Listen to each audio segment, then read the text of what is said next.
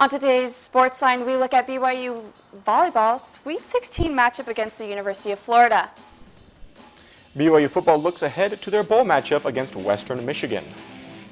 Way better than I thought he would be. BYU basketball gets a much-needed boost with the return of Nick Emery. I'm Haley Davis. And I'm Nathan Israelson. It's time for Sportsline.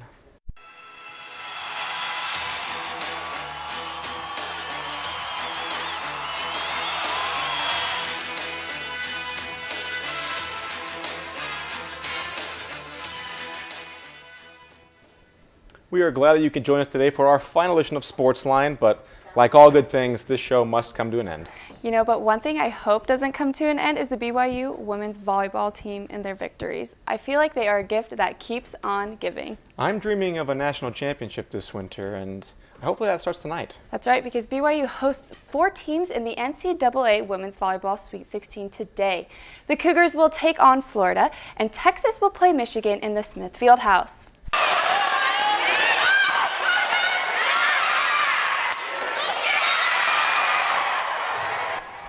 BYU Women's Volleyball has not hosted an NCAA regional since 1986. The Cougars now get to stay at home for their 7th straight Sweet 16 appearance after big wins last week against Stony Brook and the rivals University of Utah.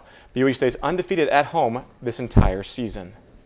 We're excited to advance in a tournament, and I just thought the crowd was fantastic. I think when the whole team can be composed and we instill confidence in each other, that's a big part of it. And the coaches do a really good job at letting us know what's going to happen when we step on the court. And so having that confidence as we're coming out to the game really helps, knowing where I'm supposed to be, what to expect, and then just lets us use our skills from there. BYU is 29-1 on the season, while SEC powerhouse Florida is 26-6.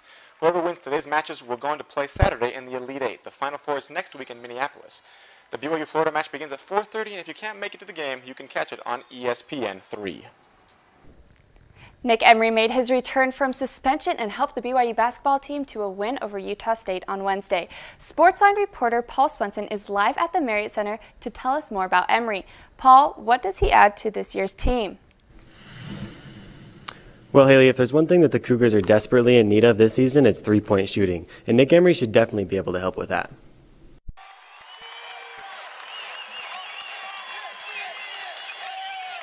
Within 10 seconds of checking into Wednesday night's game against the Aggies, Nick Emery made his presence known. The hot shooting guard took a pass from longtime friend and former high school teammate TJ Haas, finding himself wide open for 3. After draining that shot, Emery quickly recorded a steal and an assist as well, helping the Cougars on their way to a 95-80 victory over Utah State. Teammates and coaches of Emery had nothing but praise for the junior guard after the game. He's a gamer, and he stepped in and, knocked down big shots for us tonight, and, guarded the ball really well tonight, and I knew he was going to come ready to go. Nick was probably way better than I thought he would be, and not that I don't think he's capable of playing like that, but I just know everything from day one to now of what he's been through and how emotional this was for him and how much he wanted this to happen. And now that that's over, now we'll just, move forward. It's been a long ride for him. I'm extremely proud of him and for everything he's gone through, to be able to bounce back like he has, and then to come out tonight and do what he did was, I think, a very special thing for him, and it's a confidence boost for all of us, and he's really going to help us. With Emery back on the team, the Cougars look to get things rolling as conference play approaches. The Cougars' next game will be tomorrow against the Utes at Vivint Smart Home Arena. If you remember, the last time Nick Emery played against the Utes was 3 years ago in that game where he got ejected. So it should be a good one. Back to you guys. If you've ever been to or even watched a BYU home game, you've likely noticed that the student section is on their feet cheering most of the game. Sportsline reporter Adam Gibby went to find out what makes students so engaged in coming out to all the games this year, even though the teams may struggle. Adam, what did you find? I spoke with a ton of crazy and passionate BYU fans, and a lot of that credit can actually go to the preparation that the student section puts in months before the game even begins.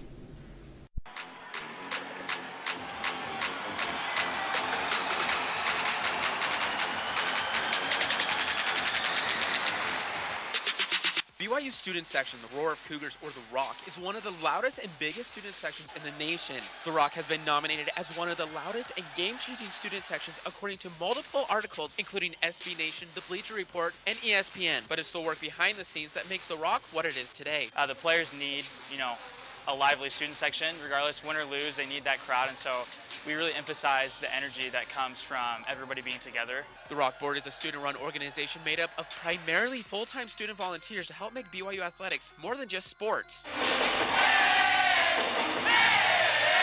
This season, football and basketball have struggled more than in years past, going 6-6 in football and 6-4 in men's basketball. To help combat this and keep students coming, The Rock has made more of an effort this year to keep students involved all week long. We do focus a lot on social media just because we want to get as much of the word out there as possible so we can get as much of The Rock to the games as possible. Although it is fun for the students, the biggest benefactors are the athletes. When you make big shots and you get big stops, it's huge to have a crowd that gets involved and helps bring energy to the team as well, and I thought they did a great job tonight. In the last decade, BYU athletics have won more than 85% of their home games, well above the national average of about 60%. We're all one big family here at BYU. We do want to get the Rock together and have that unified group. I spoke with Rock Board representatives, and they told me they are already starting to prepare for next season's football season. They also told me that they are looking into creating an app that will help with the Rock line, so there will be less crowd issues. Back to you. Those lines can get pretty crazy, so that'd be nice. Thank you, Adam. Ever wonder what goes into creating BYU sports in the media? Sportsline reporter Kim Peterson goes behind the scenes of BYU athletics to find out how they cover the games and why it's so worthwhile. Believe it or not, BYU athletics has been around since 1895. Today they cover 19 NCAA sports. BYU athletics employee Thomas Hines tells us why the job is both rigorous and rewarding. When I first started, I loved just kind of like being in the behind the scenes, right? Just, like being part of, like, you make videos, for example, like the football fourth quarter highlight. Since then, it's just been fun, and it's been a blast, and I love it, so.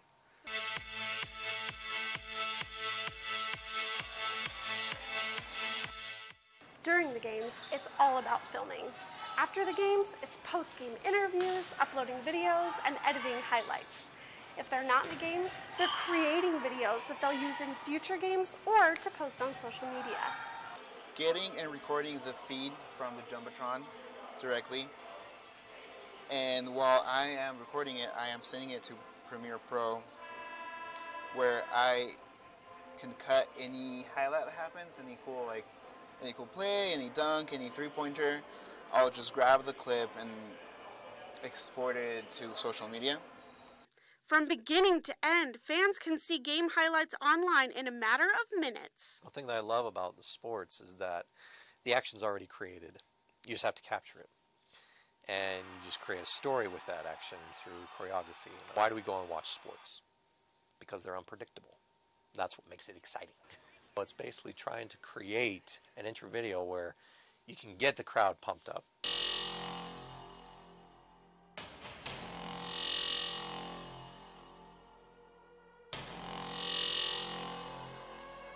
Reporting for Sportsline, I'm Kim Peterson.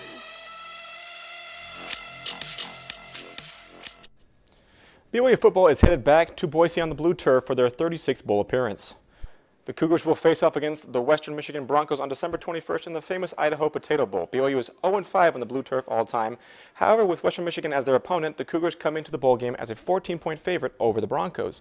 BYU has an all-time bowl record of 14-20-1 with the last bowl win in 2016. The game will be broadcast live on ESPN.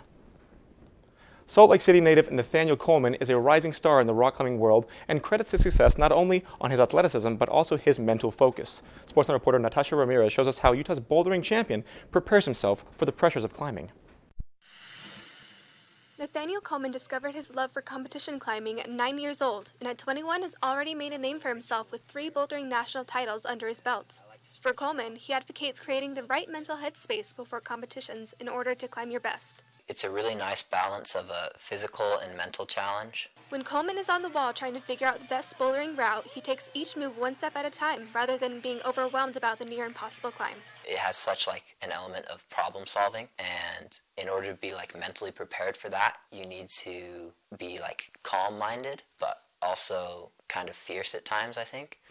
With the 2020 Olympics including rock climbing for the first time, Coleman and other competitive athletes are preparing for the new format. It's a little controversial, but includes 3 different disciplines: speed climbing, bouldering, and line climbing. The fact that you have to compete in all 3 disciplines is not ideal. I think I'm not alone in the climbing community when I say that I'm speed climbing because I have to.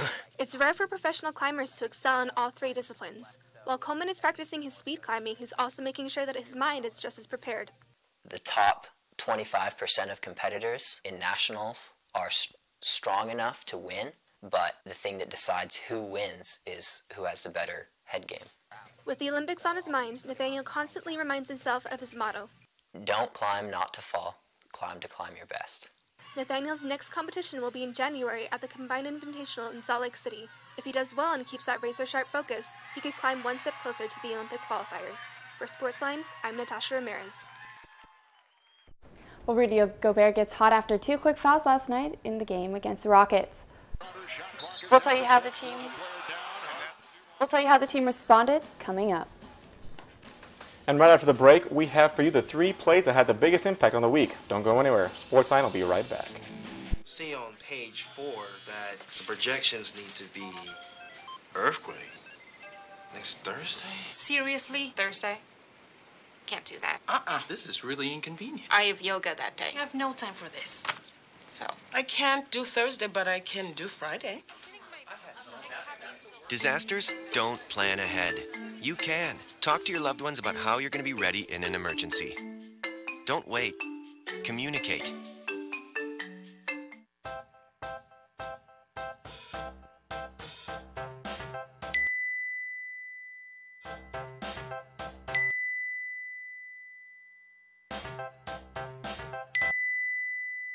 Planning the right amount of food is hard.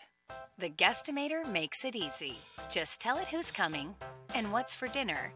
Then it tells you how much to make. And yes, it even plans for leftovers. Try it at SaveTheFood.com. When they test you, stand firm and move only when you hear the seatbelt click that says they're buckled in for the drive. Never give up till they buckle up.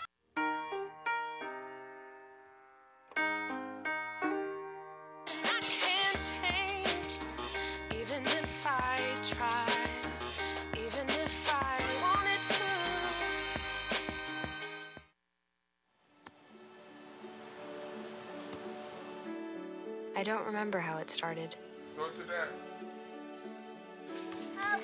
Our back and forth.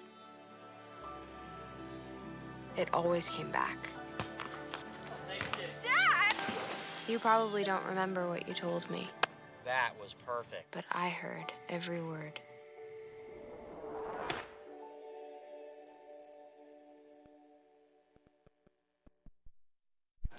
Nothing screams holiday cheer like Thursday Night Football, and Derrick Henry was in a giving mood as he gave us a day to remember, capped off by this 99-yard run, the longest of the year in the NFL. The Titans would go on to win the game.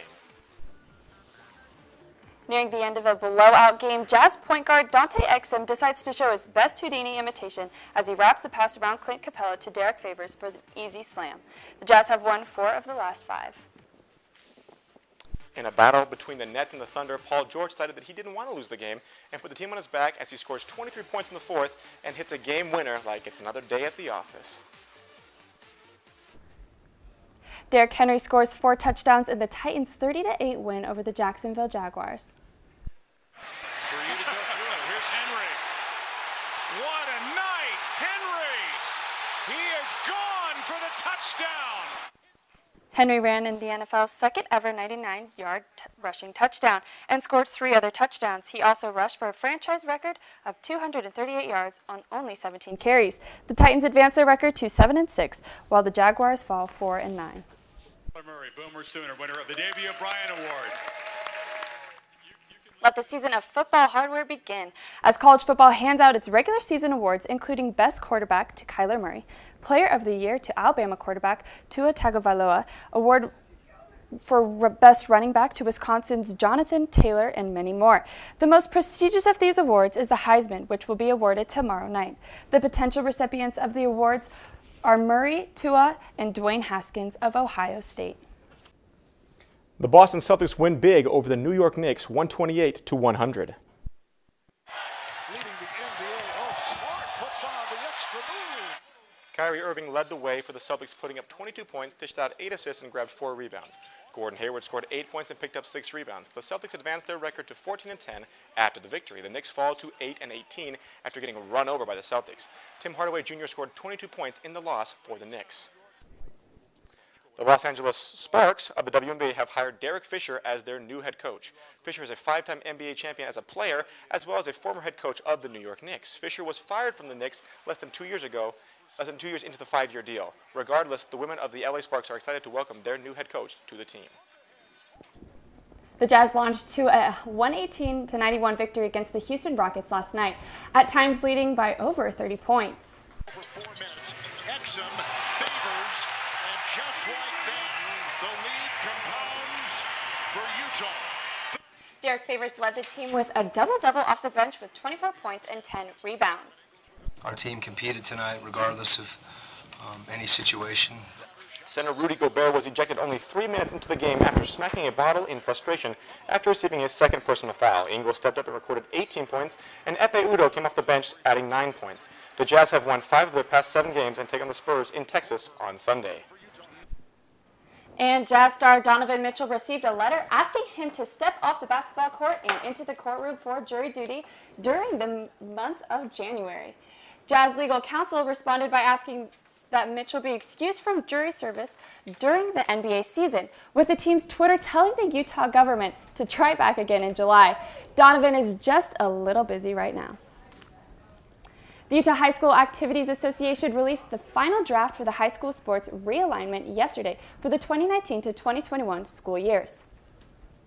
Many of the changes affect all school activities except football. The Region 5 welcomed 2 new schools, Farmington and Park City. Park City was replaced in Region 10 by Cedar Valley. Overall, the changes have been accepted by the schools, and the boards have even granted some requests by schools to stay where they were to move for a specific region. It is prediction time. On the slate today, we have the BYU bowl game, and let's talk about BYU versus Utah coming up tomorrow. Chris, let's start with the bowl game. Who you got? Okay, so this is what you got to look at. There's 2 things. One, Western Michigan lost their quarterback. That's a big thing. But Western Michigan also beat Northern Illinois, who BYU lost to. I think those just have to be the 2 considerations that we have to. Well, right, and BYU is also losing a lot of their players, like Corbin Kaufusi and Matt Hardley, to injuries. But I do think BYU could pull through. BYU should pull through, but let's talk about there should be no football in Idaho in December. It is too cold. Definitely. But with that said, these are both cold teams, and BYU should win the game. Western Michigan's a good team, but BYU's got some momentum. Even with that loss against Utah, they've got some good momentum going into the postseason. Yeah. Now let's flip to the hardwood and talk about BYU versus Utah. And barring any punches, what happens in this game? Okay, so what you got to look at is what their averages are. If you look at BYU, their average points per game is 85 versus 75 for Utah average, but the average points stopped per game for BYU is 77, or let through, sorry, not stopped, and Utah's is 71. So defensively, Utah's a little bit ahead. Right, and I think Nick Emery's back, and we just lost to the Utes, so I hope we can make a 20-point lead here and keep it. That'd be nice as well. I got the BYU Cougars in this one. They've been playing a lot better, but you know, that can all change. Let's get to our reminders for this week. The Cougars are definitely going to be busy this next few days. BYU women's volleyball returns to the Sweet 16 today against Florida at 4:30. If the Cougars win, they advance to the Elite 8, which will be played tomorrow at the Smith Fieldhouse at 6 p.m. And men's and women's basketball make the trek up to Salt Lake to take on rival Utah tomorrow, with the men's team playing at noon and the women's taking the court at 7. It's the last show of the semester for us, and we wanted to give you something that will help you remember us. When we return, we'll give you a look behind the curtain to see what goes into making our shows.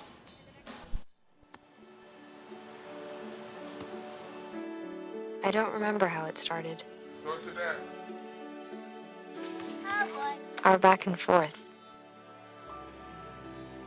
It always came back. Dad! You probably don't remember what you told me, That was perfect. but I heard every word.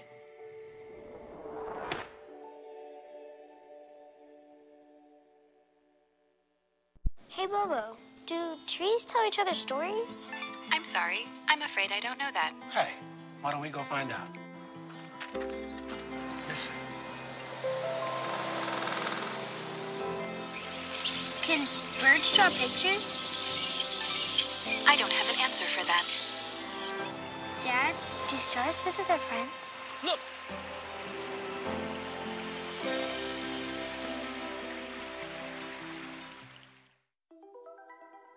Todd's a great guy. I mean, look at him. What a sweetheart. Attaboy. Wait, Todd, what are you doing?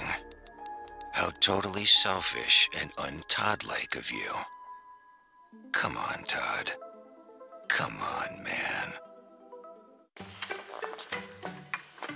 Why don't you ever see elephants hiding in trees? Because they're really good at it.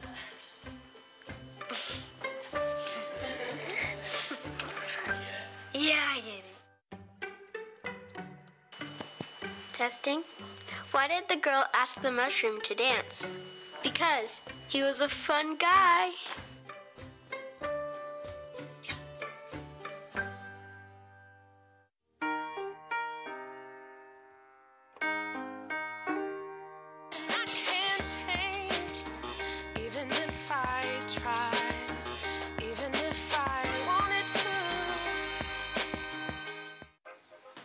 Hey, Dad.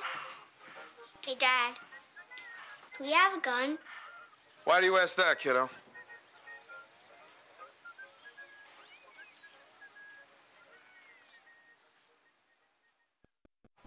Sometimes in the newsroom and out and about, we make mistakes. Chris Jacobs went out and gathered some of those clips for us. Chris, I have to know, how many times did you laugh while you were editing those clips? At least half a dozen times. It was a lot of fun, and really this whole semester has been fun. And just like you said, sometimes things don't really go as planned. Take a look.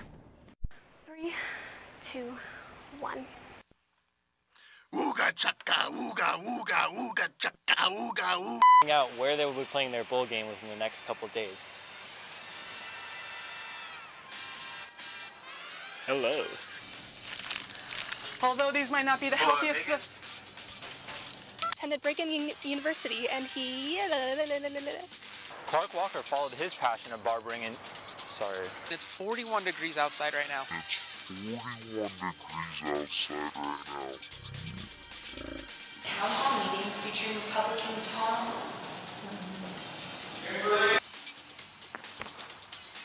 I just had a brain fart. Carrie... Oh my gosh. Hold on. I'm going to do something else is what I want to say.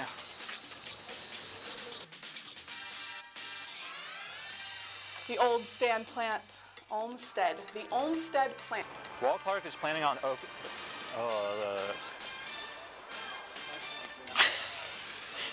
American football. BYU finished their... In the next couple of months, no, in this month. I take no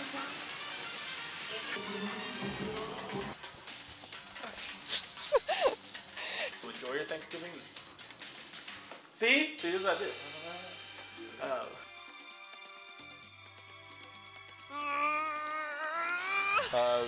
Booming, or sorry. I'm hooked on a feeling. So sorry. We're new reporters. That's the catch.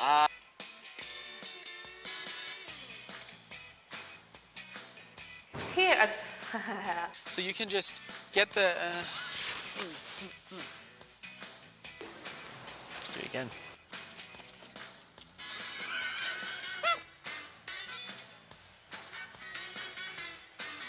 But we do know ESPN has is con.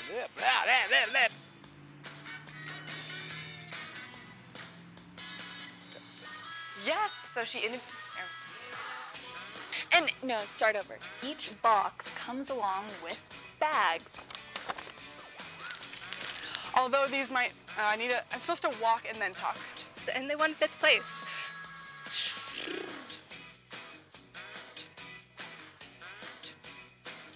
Sooners is...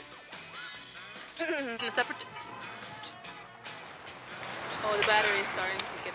Okay. I have to work on opening my eyes.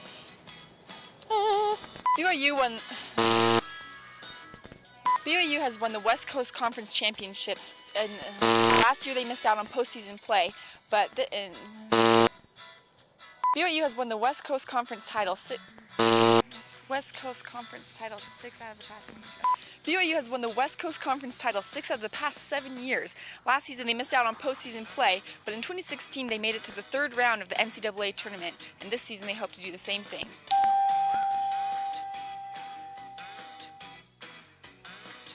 TheRoadHome.org for more information on how you can donate.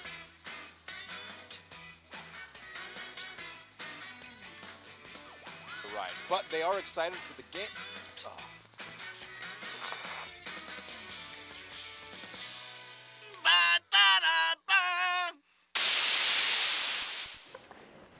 If you want to see more of this reporting, tune in at Christmas. Okay. What do you think? I feel like I've never looked more real on camera than before. I do have to ask what that swing colors. was. But Right? I know. Hey, if you're not making mistakes, you're not trying. Funny. You're not trying if you're not making mistakes. So that's all worth it.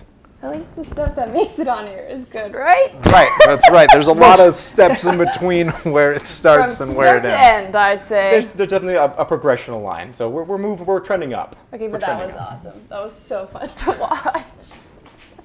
And that's it for Sportsline for Friday, December 7th. Thank you for joining us. Have a great day, and go Cougars.